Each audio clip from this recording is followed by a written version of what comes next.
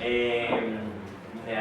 la gente que se ha ido incorporando a lo largo del visionado de este maravilloso vídeo, este maravilloso documental, pues dar la bienvenida, como a todos, y volver a felicitaros, volver a decir feliz 14 de abril.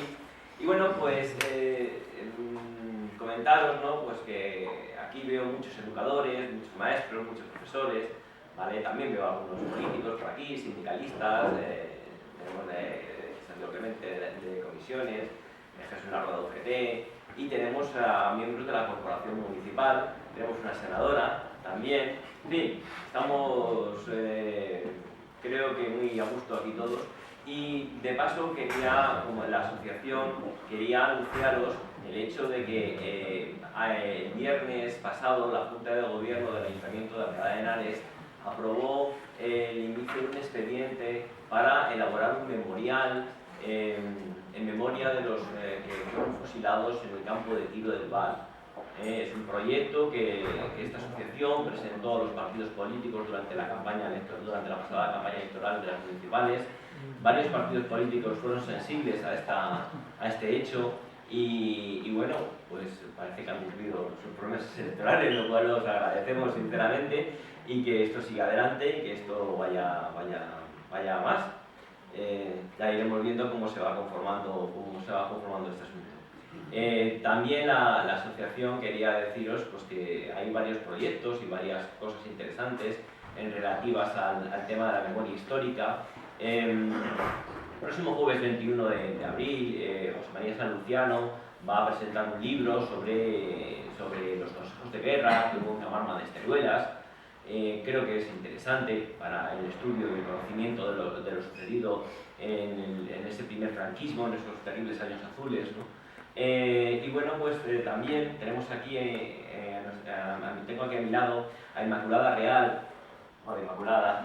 Es una joven historiadora que especializada en historia del arte, que ha publicado un libro también muy relacionado con la memoria histórica, ¿no? El retorno artístico del patrimonio del exilio. Nos dijo, cuando sabía que íbamos a hacer este acto, nos dijo que si podía hacer una pequeña presentación del libro. Yo le dije que andábamos muy justos de tiempo, porque tenemos muy poquito tiempo, pero le hemos cedido 5 minutos con mucho gusto y muy interesados por ello. Inmaculada. Pues buenas tardes. En primer lugar, agradecer a la asociación por cederme un tiempo para poder presentar este libro que acaba de salir justamente esta semana a la venta.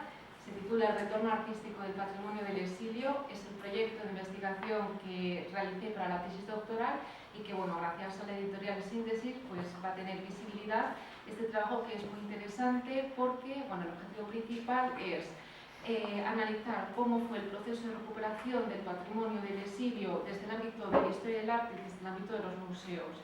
¿Qué entendemos por el exilio artístico? Pues las obras de aquellos artistas que con motivo de la guerra civil y el compromiso político pues tuvieron que marchar de España, una condición forzada, y bueno, pues ellos cuando marcharon dejaron atrás sus familias, dejaron atrás legados, sus talleres de artistas, y tuvieron que emprender un nuevo camino y enfrentarse a numerosas dificultades.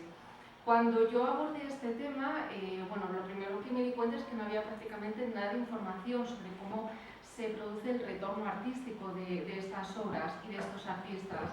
Y bueno, pues me di cuenta de que tenía que viajar por un montón de archivos, por un montón de colecciones, de centros, intentando buscar el mínimo dato que me permitiera indagar y comenzar a reconstruir ese panorama de recuperación. Tuve que viajar del norte al sur, del este al oeste durante 4 años por toda España buscando testimonios, ya no solamente documentales, sino testimonios orales de personas que habían conocido esos artistas y que, bueno, pues que si no se recuperan también es un valor que realmente que se pierde. Entonces, bueno, mi objetivo también ha sido testimoniar a aquellos que han sido pues sus amigos o, por ejemplo, el típico alcalde de un ayuntamiento que contribuyó al retorno artístico. Por otra parte, indicar que, bueno, que estos artistas cuando marchan tienen que tener un camino nuevo, sobre todo van a llevar un gran pesar, y es que ellos verán cómo sus carreras artísticas tendrán una proyección internacional, mientras que en España sus nombres serán prácticamente silenciados muchos artículos van a censurar sus nombres, o por ejemplo en catálogos de exposición siempre se dice que marcharon por temas profesionales pero nunca por temas políticos e ideológicos. Por encima de estos artistas son sobre todo personas que quedaron muy sensibilizadas, van a estar muy enraizadas en sus lugares de origen. En numerosas cartas se expresa el deseo de querer volver, pero no poder, porque estaba todavía el régimen franquista. Y bueno, en ese sentido lo que pretendo recuperar en este libro es cómo va a producirse lentamente este retorno. En el caso de algunos artistas, si se produce o no se produce, qué queda fuera, qué es lo que vuelve, cuándo vuelve, dónde se recupera y actualmente quiénes son los propietarios de estos legados. Bueno, seguramente que muchos de nosotros hemos ido a ciudades como por ejemplo Toledo, Palencia, Zamora y no hemos visitado esos museos donde se conservan los legados de estos artistas. Son museos pequeños, son museos desconocidos, superan la treintena en toda España, pero sin embargo que necesitan tener una visibilidad porque el patrimonio que conservan es patrimonio contemporáneo español, es patrimonio realizado fuera de las fronteras, pero realizado por artistas españoles, que sin embargo tiene que ser recuperado en el ámbito tanto historiográfico, por especialistas, pero también por el público en general.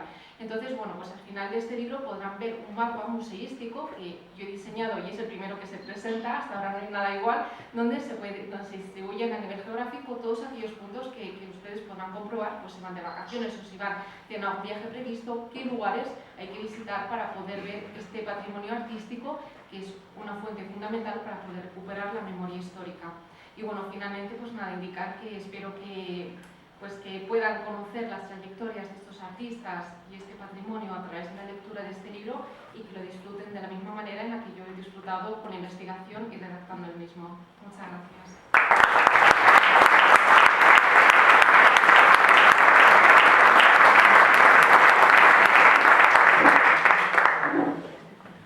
Bueno, uno de los objetivos de la asociación, evidentemente, es tratar de difundir todo lo relativo a la memoria histórica. Creo que con esto cumplimos un poquito nuestra labor y nuestro papel, ¿no? Ahora vamos a oír a Eduardo Montagut. Eduardo Montagut es un doctor en Historia por la Universidad Autónoma de Madrid. A todos los que somos que conocemos el mundo de la memoria histórica, es un activista en redes de la memoria histórica, constantemente publicando, constantemente dando noticias, constantemente, si alguno tiene la suerte de estar en su red, ¿no?, de comunicación, pues le puede llenar perfectamente los correos de su email porque es permanente, ¿no?, su presencia. Y la verdad es que gracias a él te puedes enterar día a día de lo que está ocurriendo en muchos lugares de España y especialmente de Madrid en lo relativo a la memoria histórica. Nos va a deleitar con una conferencia sobre la educación en la República. Muchas gracias. Muchas gracias, Manuel.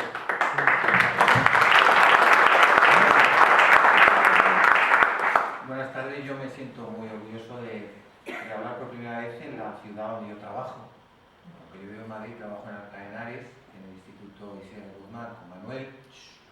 Y me siento muy bien porque hay muchas personas aquí, las conozco, hay muchas personas, compañeros de trabajo, amigos, compañeros de la memoria histórica y compañeros del partido, porque además de eso soy miembro del Grupo Federal de la Memoria Histórica del Partido Socialista, del que me siento especialmente orgulloso. Bueno, yo voy a hablarles del marco general de la educación en la Segunda República, después de este intenso y emotivo documental, que es una gran obra que, como saben, ha sido premiada en muchos países. Ahí ven ustedes, o veis vosotros, una típica foto de maestra con las alumnas, ¿no? Y aquí, evidentemente, la República es mujer. Hoy recordamos que es el 14 de abril, y muchos de nosotros nos sentimos herederos. Se dice mucho al final, es muy interesante, el historiador de la Fundación Aladrén, que es una fundación vinculada a la OGT aragonesa. La República y la educación. La llegada de la República supone la implantación de un sistema político que considera que la educación es uno de sus pilares fundamentales.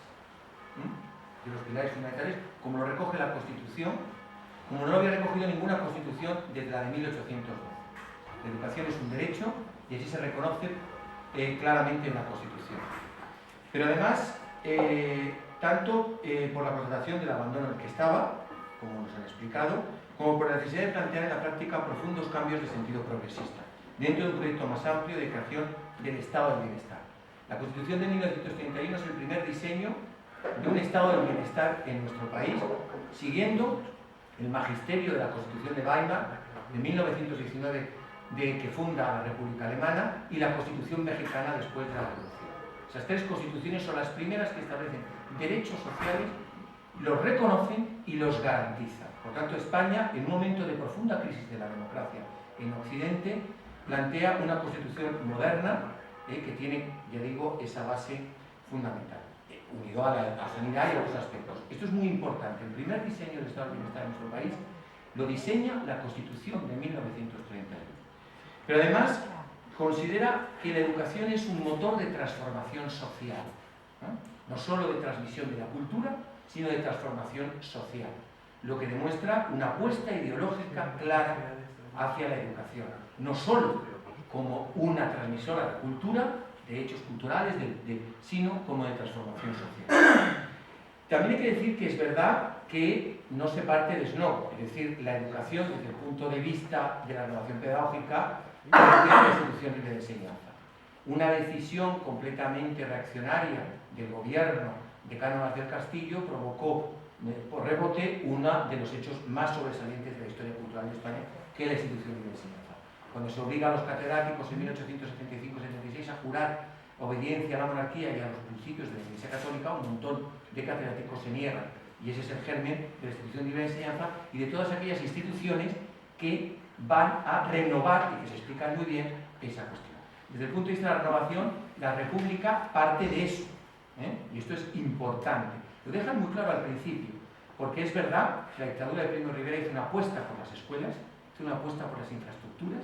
Es la primera vez claramente que el Estado tiene se imbuye la idea de que hay que invertir, y esto lo hace la dictadura de Primo de Rivera, aunque no desde el punto de vista ideológico, lógicamente, pues no era así. Dos políticos se destacaron en el impulso de la educación en el primer lugar. Un republicano, paisano de mi familia paterna, de catalán, Marcelino Domingo, un republicano progresista muy avanzado, que es el primer ministro de Instrucción Pública.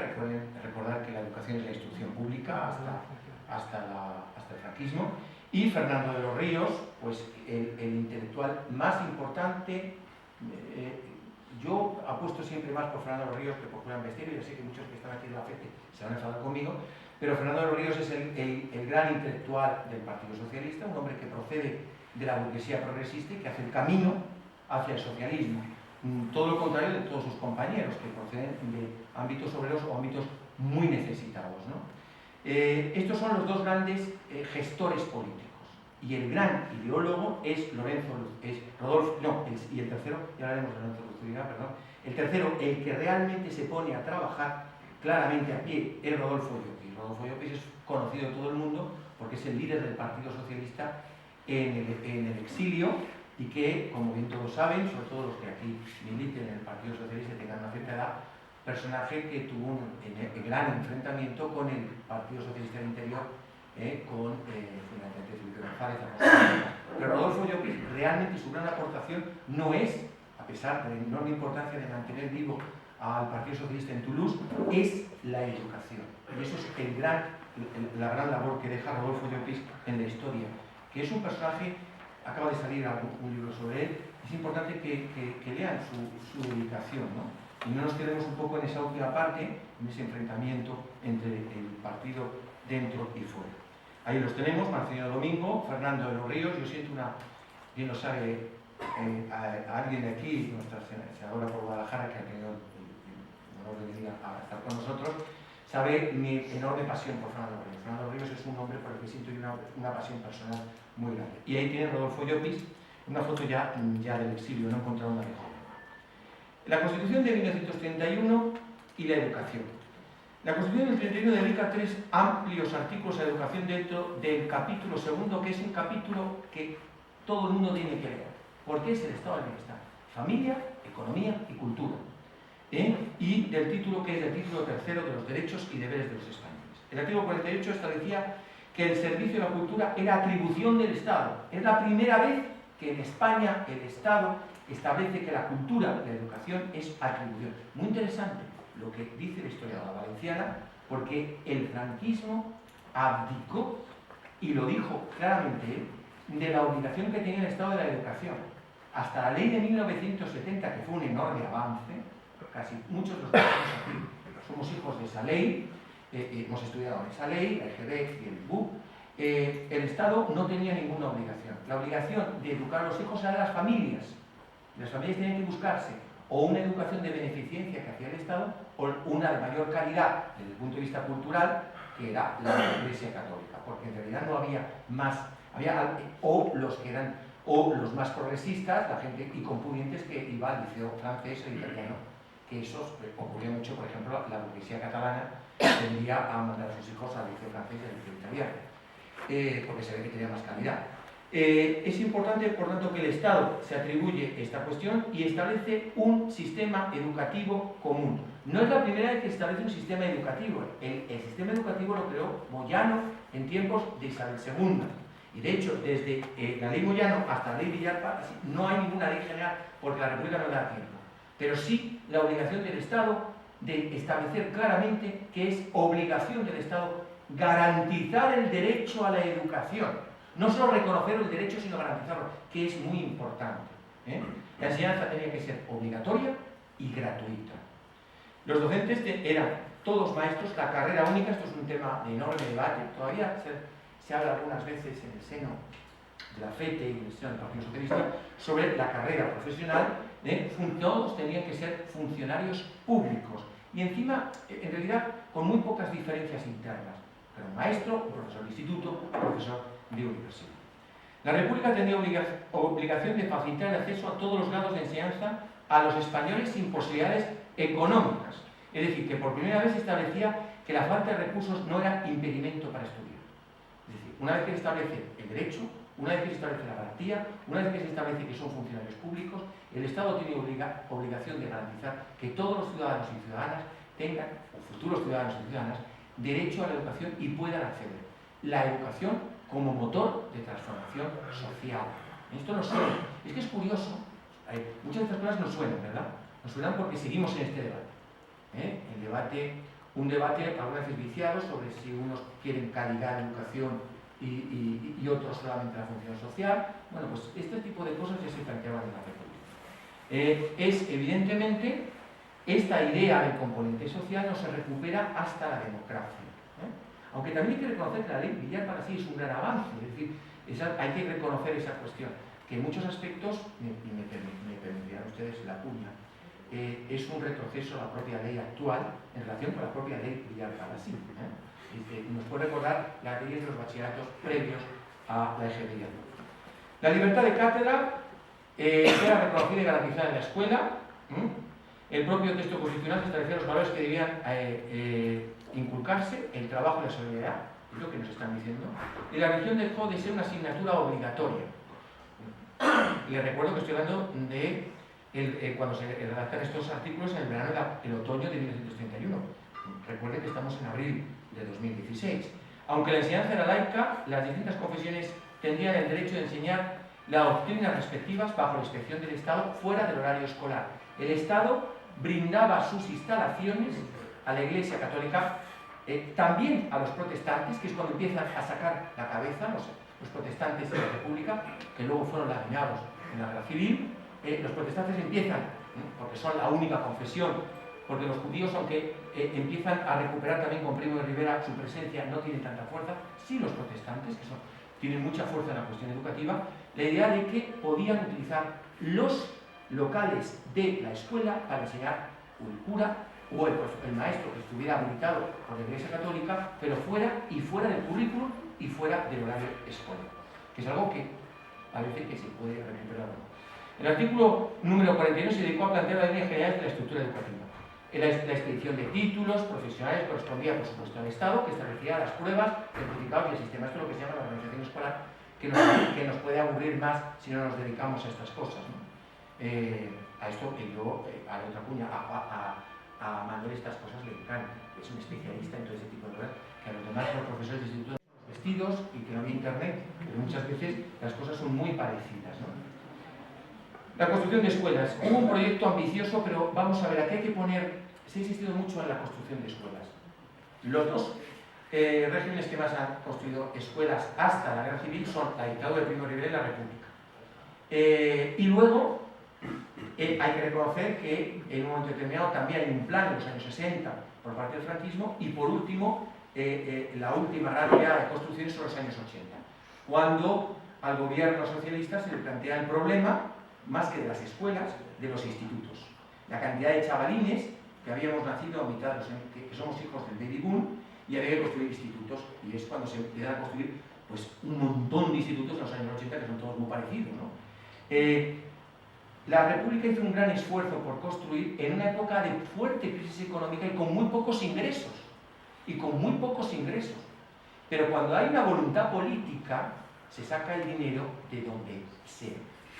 Les recuerdo que la cuestión es que, evidentemente, en las épocas difíciles hay que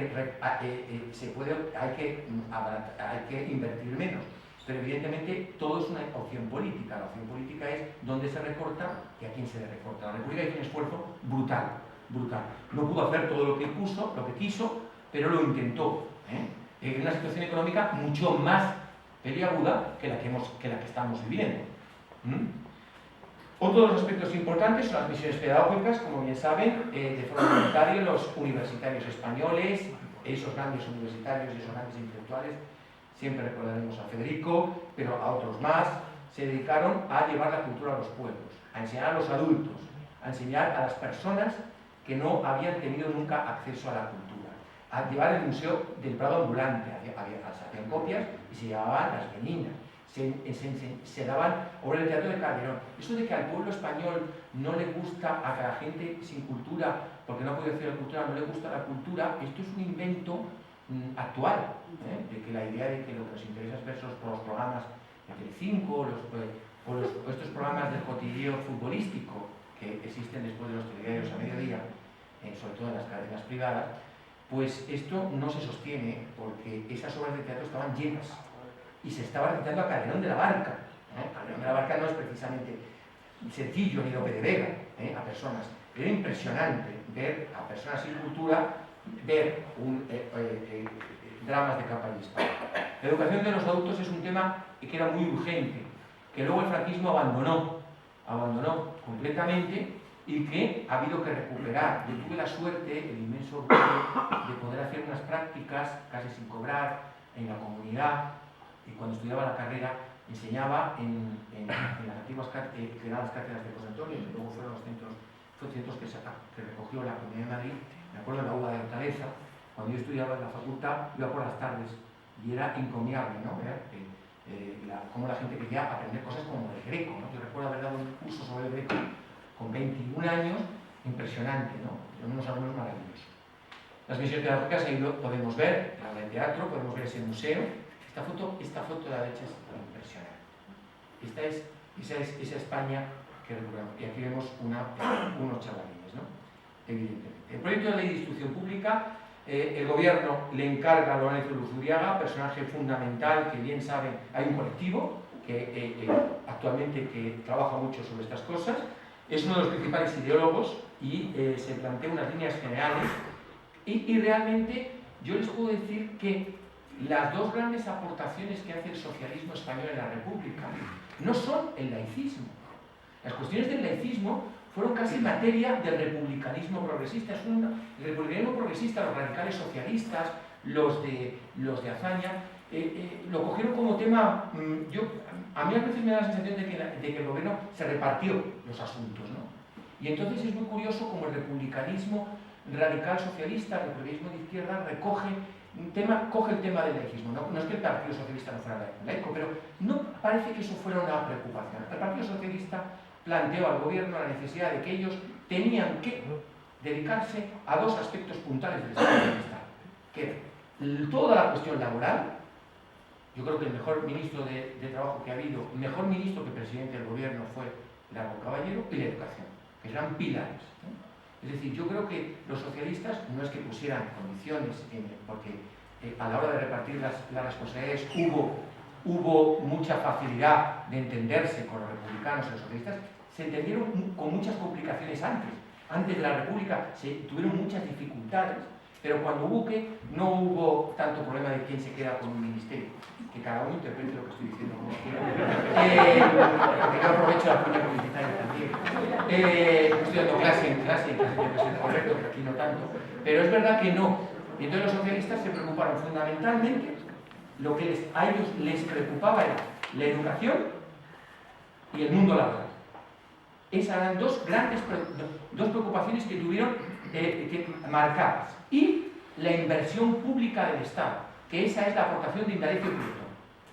Indalecio Prieto es el que se preocupa de diseñar los nuevos ministerios, de ver cómo se hace el Gran Bilbao, de cómo se hace el eje de la Castellana, es decir, la inversión pública para transformar este país y para crear puestos de trabajo. Educación para transformar el país y relaciones laborales nuevas. O sea, son los tres grandes aportes del Partido Socialista. Bueno, pues en cuestión de educación, lo que es importante que destaquemos que la educación pública es obligación del Estado, aunque se podían delegar en otras administraciones, pero que será consciente que delegar en otras administraciones será complicado, porque los ayuntamientos eran muy pobres. Los ayuntamientos han sido pobres en España desde que los desamortizó Madoz en los años 50 del siglo XIX. Y han sido pobres y han seguido siendo pobres. Aprovecho que está el alcalde para que se dé cuenta que los ayuntamientos son pobres en este país. Y además de pobres, porque no se les ha dotado de cuestiones y sacan dinero con ciertas complicaciones, aparte de las herencias. Por otro lado, es importante que se permite la enseñanza privada siempre que no se adoctrine, y es ahí donde se entra el conflicto. Aquí sí se planteó el conflicto, evidentemente, con la Compañía de Jesús y con la Iglesia Católica. La Compañía de Jesús, sobre todo, que era la más dinámica, la que mejores escuelas tenía, porque era evidente.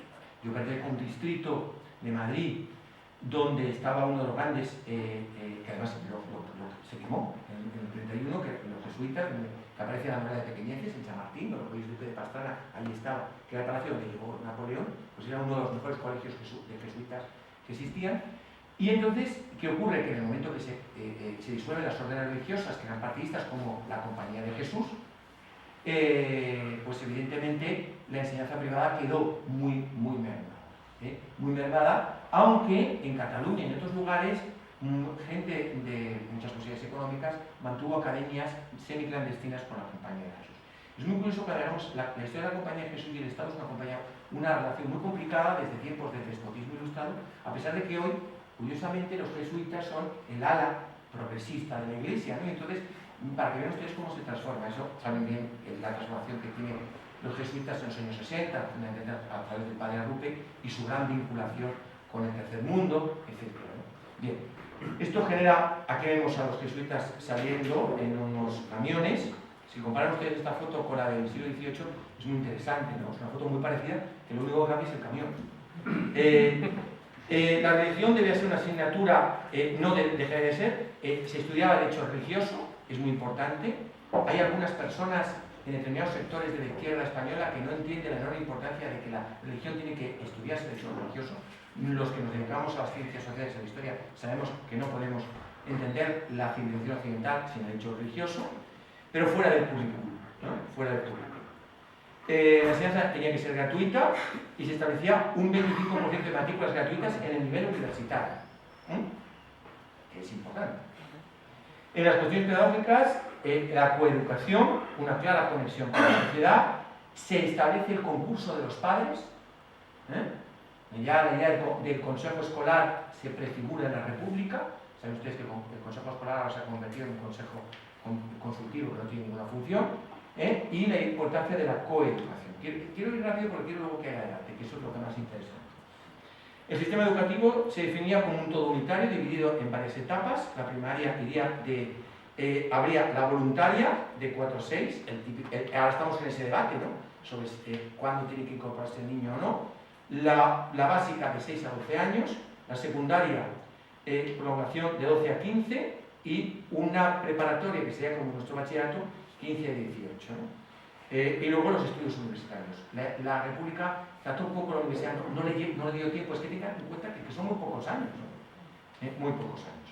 Las nuevas maestras, hay un nuevo maestro que hay que remunerarlo adecuadamente, hay que formarlo y hay que remunerarlo. Y hay que potenciar su importancia. Se crea la sección de Pedagogía en la Facultad de Filosofía y Letras de la Universidad de Madrid en el año 32. Esto es muy importante. La inspección educativa, un tema que parece que es secundario, pero que no lo es. La inspección educativa a la República le dio una importancia enorme, enorme, porque estableció que el inspector era un funcionario que no tenía que estar, tenía que estar bajo las órdenes de la administración, pero que era un funcionario independiente. Independiente. Independiente. Hay una serie de decretos en la idea de un funcionario autónomo. Fíjense en el último párrafo. Gracias al decreto de inmovilidad de los inspectores que evitaba su desplazamiento cuando molestaba en algún distrito. Los inspectores trabajarían además de forma coordinada al crearse las juntas de inspectores. Esto es muy importante, ¿no? Porque un buen inspector es una figura fundamental. Pasan muy desapercibidos para el conjunto de la sociedad. Un inspector, ahora mismo, desgraciadamente, los inspectores se han convertido en unos funcionarios que hacen 50.000 papeles. Trabajan muchísimo, los inspectores trabajan mucho, hacen muchos papeles constantemente, pero no una función educativa. Los inspectores sería muy bueno que estuvieran en los departamentos, en los claustros, que ayudaran, que echaran una mano, que fueran unos técnicos educativos que hicieran esa labor. A mí es un puesto que me gustaría mucho, si fuera así, optar a él, ¿no? Pero por ahora no creo que me presenten a esas oposiciones porque son complicadas. Bueno, en cuestión de la reforma de la universidad, es importante la Universidad Internacional de Celayo, que lo mantuvo el franquismo y que ha sido muy importante hasta hoy en día. Y cuando llega el centro derecha en el poder, hay una especie de contrarreforma como en todo, ¿no? Aunque complicado, porque el centro derecha era muy diverso, no se puede meter a todo el mundo en el saco. No es lo mismo los radicales. Dentro del radicalismo hay un radicalismo más progresista que más técnico, otro más conservador que el de Rus, y luego está la CEDA. Lo que está claro es que hay una cierta contrarreforma, pero tampoco le da mucho tiempo, porque hay mucha inestabilidad y cae, el centro derecha cae, qué casualidad, cae ante una oleada de escándalos enormes de corrupción y de salud. Yo les prometo que yo esto no me lo invento y ni que pretendo hacer ningún tipo de paralelismo. Cae el famoso caso de Extraperlo, ya lo saben ustedes, las rulletas en las que estaba inmerso el hijo hijo adoptivo de Lerroux, ¿no? Aunque es verdad que el centro derecha siguió construyendo escuelas. Esto es importante. El Frente Popular no le da tiempo, quiere recuperar todo, pero no le da tiempo. Está ya la guerra y sí es verdad que la República hizo un gran esfuerzo por enseñar a los milicianos, muchos eran analfabetos, y de enseñarles, ¿no? De enseñarles en el frente. Pues sí que he ido muy deprisa, pero es que yo quería un poco hablar. Yo lo que quiero decirles es que la República, que no tuvo tiempo de hacer mucho, hizo muchísimo. Y nos ha dejado un legado, un ejemplo, como muy bien dice el compañero de la Fundación Aladrén, que es fundamental para entender muchas de estas cosas en este país. Y sobre todo la educación está entre una de las múltiples causas de la guerra civil, junto con la reforma agraria, junto con la política laica, todas esas cosas que se hablan de cuáles son las causas de la guerra civil, una de ellas es la propia educación. Porque los maestros y las maestras eran más peligrosos, casi más peligrosos que los milicianos que iban con el fusil. Muchas gracias y nada, aquí estamos para...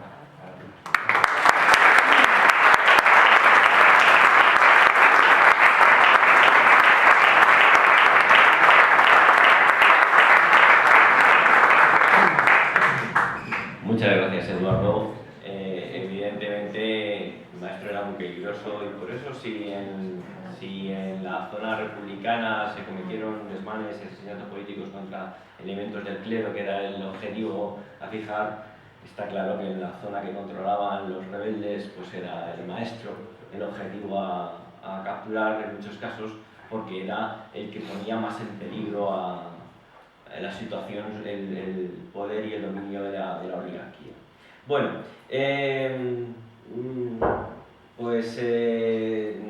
quería queríamos terminar el acto pues, con un pequeño debate, con que participarais, con que preguntarais,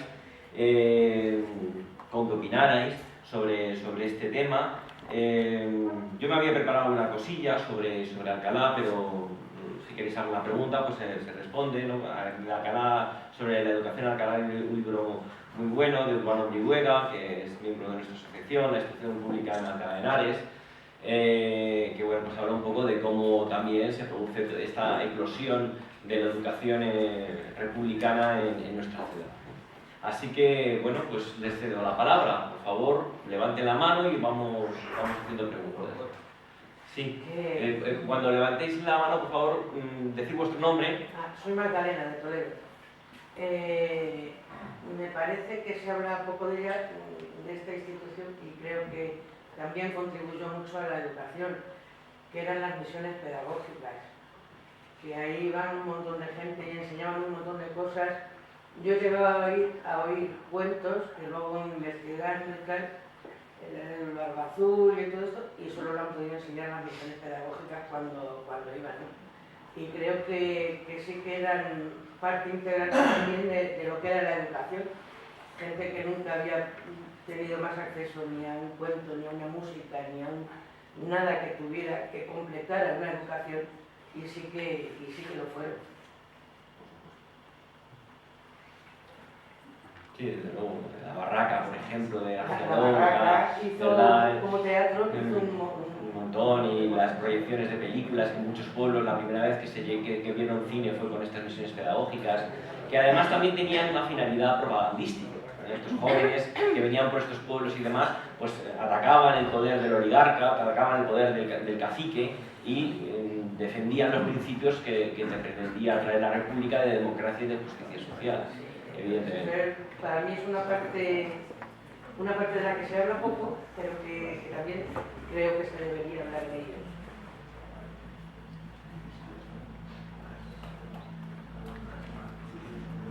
Sí. Soy Paco Pelli. No, yo quería que si ese estudio que ha sido tan interesante sobre la República y la educación, que evidentemente pues es la base de todo lo que hubiera podido ser realmente un desarrollo educativo muy importante en España, en este momento, como seguro que sabes y has visto, hay una magnífica exposición sobre Ginés de los Ríos en la Residencia de Estudiantes. Me gustaría que vincularas, si se puede, esa institución libre de enseñanza, con Ginés de los Ríos a la cabeza, con todo el proyecto educativo de la República en alguno de los pilares fundamentales básicos de esta. Eso es muy interesante, porque vamos a ver, Ginés de los Ríos, la Institución Libre de Enseñanza, es la renovación pedagógica más importante que ha habido en la historia de España nunca. Pero tiene un problema. La Institución Libre de Enseñanza es una institución, en el fondo, elitista. Vamos a ver, es elitista porque solo accedían hijos de la burguesía progresista. Pero claro, desde el punto de vista de la renovación pedagógica es imbatible. ¿Qué es lo que ocurre?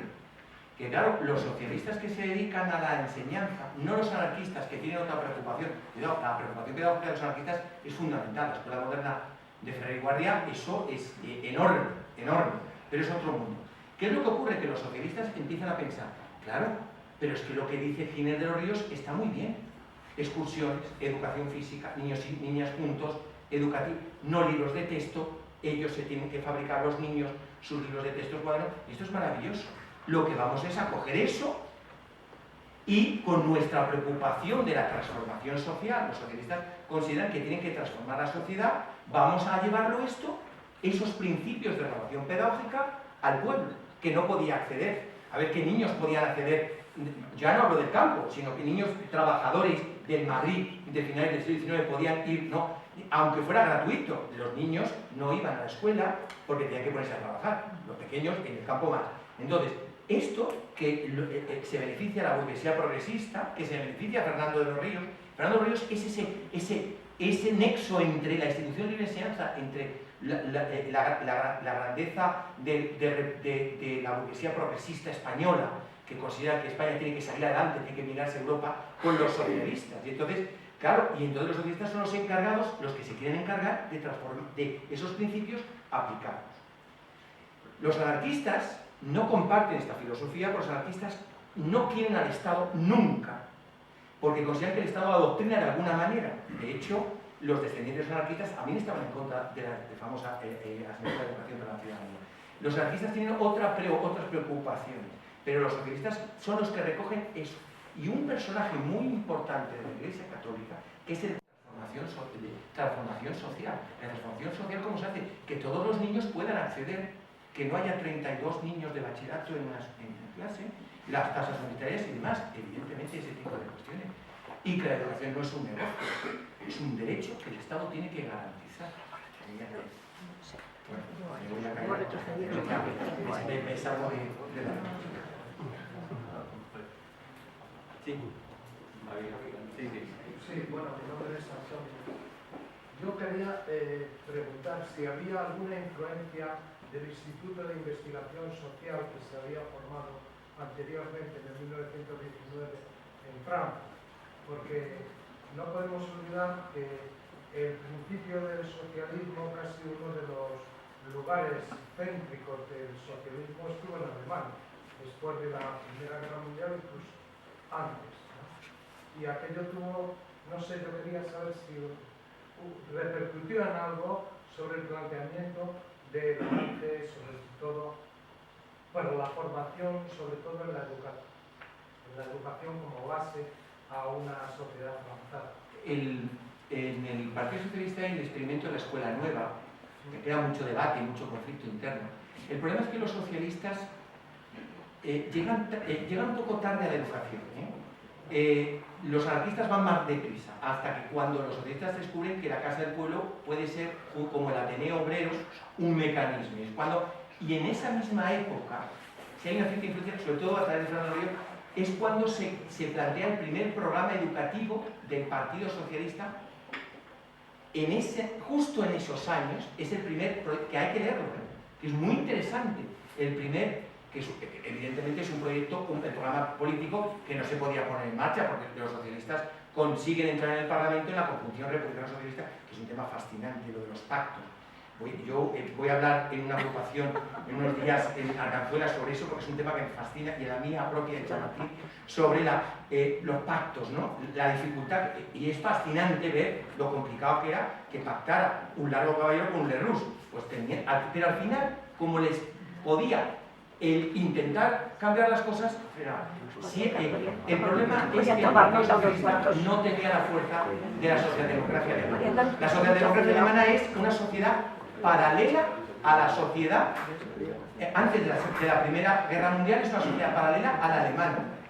El drama de la socialdemocracia alemana es que era muy radical en sus planteamientos ideológicos y muy conservadora en su realización. Y ahí es donde está, no conservadora, o sea, entiéndame, no era revolucionaria, porque tenía una especie de esquizofrenia, era muy defensora de cambios, atacó el revisionismo de Beste y era lo que estaban haciendo. Lo que pasa es que, claro, la socialdemocracia alemana es un ejemplo y sigue siendo el padre de toda la socialdemocracia alemana.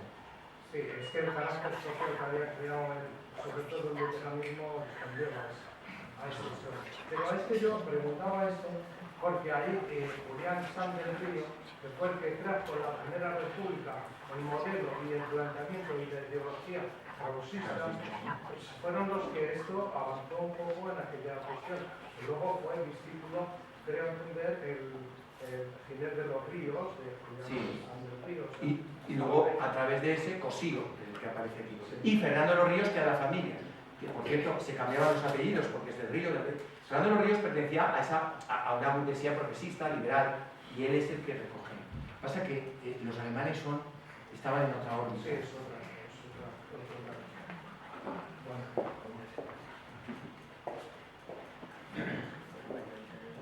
Sí, además, en otro nivel, ¿no? Era el socialismo español que quedaba ahí muy entre medias, ¿no? Entre esa socialdemocracia y los experimentos que se estaban realizando en otros lugares mucho más radicales. Estaban, y yo creo que siguen estando. Y los suecos y los noruegos. Sí.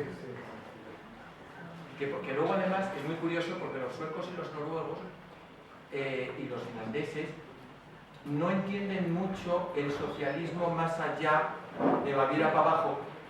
Hay dificultades en el Parlamento, en el grupo, siempre ha habido problemas porque son filosofías distintas. Y luego está el laborismo, la sociedad fabiana, el fabianismo, es muy importante eso, cómo el Estado tiene que, son técnicos, el Estado, esta obligación tiene de acabar con la desigualdad. El laborismo es teóricamente no tan potente como la socialdemocracia alemana, pero también es fascinante, todo eso es fascinante. Centrándonos en la República y en la educación. Sí, por favor. Jesús me llamo. A ver, veo la diferencia entre lo que es la sociedad de aquel momento, de alguna forma previa a la República. Una de las cosas que empujan, que es el mito, ¿no?, de que vaya la República iba a traer la cultura, la educación. Ya damos un salto, nos tenemos hoy y decimos, bueno, hay gente que se acerca a la República, tal cual, pero ¿con qué contenido? Porque yo no veo a la sociedad de hoy con esas ganas de que la educación sea tan importante como... Claro, que no había nada que se había desde abajo muchas más ganas que ahora, ¿no? No sé. Sí, bueno, evidentemente es que son dos mundos muy diferentes. Vamos a ver, poniendo el caso de Alcalá. Cuando llega la República, en Alcalá, todavía hay una gran parte de la población escolar que está sin escolarizar. Hay 500 niños sin escolarizar. Hay 5 escuelas que son insuficientes. No hay suficientes plazas escolares. Y encima, las plazas escolares las da el Pardo. Porque es que, digamos que tienen prioridad los que tienen una especie de certificado de pobreza, y el certificado de pobreza lo da el Pardo, ¿no? Con lo cual, son mundos diferentes. Hoy en día, queramos o no queramos, estamos en una sociedad donde todos los niños están escolarizados, donde todos los niños tienen acceso a una educación bastante decente, donde, bueno, sigue habiendo problemas educativos muy graves y demás, pero es un abismo lo que nos encontramos. Entonces, evidentemente, eso, hablando en el mundo educativo, ¿no? O sea, la diferencia es muy grande, ¿no? Entonces, no podemos comparar la situación de 1931 con la situación del 2016. En educación, me refiero, entonces además podemos... Quiero decir que esa idea que había, yo creo, de que la República era no solo el nombre, no solo el cambio del sistema, sino los contenidos, ¿vale? ¿Sabes? Yo ahora, pues, creo que me interesa también conocer hoy, ¿cuál es la bandera en educación que hoy tiene la gente que piensa en la República? Pues sería un poco lo que plantea el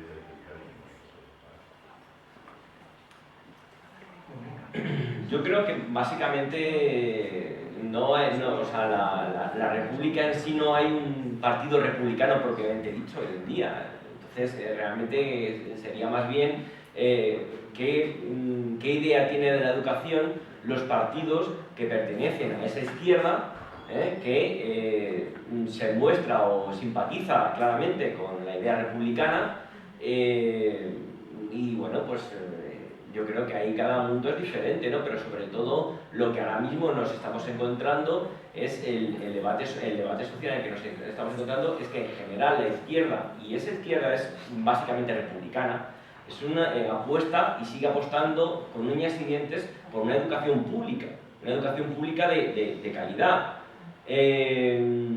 Y mientras que, bueno, pues los sectores centristas, derechistas de nuestro país, que algunos de ellos también son republicanos, cuidado, es que muchas veces identificamos república con progreso y demás, no tiene por qué. A veces el sistema de Estado republicano no implica. Lo que pasa es que, claro, nosotros cuando hablamos de república, nuestro paradigma es la Segunda República y los grupos progresistas de la Segunda República con todas sus reformas. Entonces, identificamos eso con la república, pero bueno, república no tiene por qué ser precisamente igual a progresismo o a izquierdismo, ¿no? Pues evidentemente apuesta más por modelos de enseñanza privada o cuanto menos de un modelo mixto, ¿no?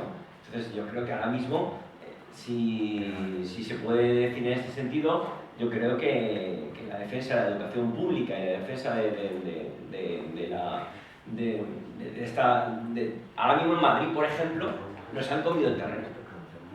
la educación privada cada vez es más poderosa. La privada, cuando yo hablo de privada, hablo de privada y de privada concertada, que desde determinados medios se habla de la concertada como educación pública también, o sea que desde mi punto de vista no es así. Entonces, evidentemente estamos perdiendo terreno y es un terreno que va a costar ganar.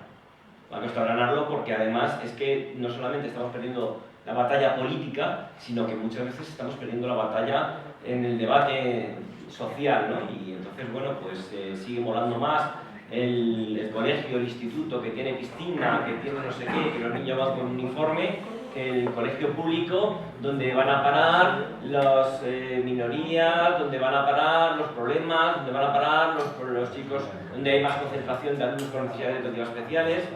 Ese es un tema que yo creo que ahí, creo yo, ¿no?, que sobre todo veo aquí muchos profesionales de la enseñanza, y muchos de ellos de la enseñanza pública, pues ahí que tenemos que pelear y pelear duro. Y creo que se puede identificar, porque eso, no sé si respondí a tu pregunta, ¿no?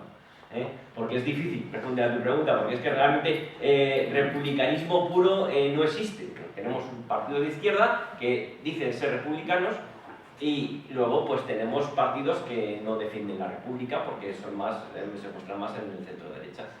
Entonces eso es lo único que... Bueno, estamos terminando nuestro tiempo aquí y me gustaría recordaros que los actos por la conmemoración del 85 aniversario de la Segunda República que ha preparado la Asociación para la Recuperación de la Memoria Histórica de Alcalá de Henares no terminan aquí. El sábado tenemos un paseo por el casco histórico de Alcalá, conducido por Julián Vadillo, investigador e historiador y miembro de esta asociación, que nos va a dar un paseo por los lugares más emblemáticos relativos sobre todo relacionados con el movimiento obrero y en general con el movimiento republicano también. Muchas gracias a todos, muchas gracias por estar aquí y esperamos veros en próximas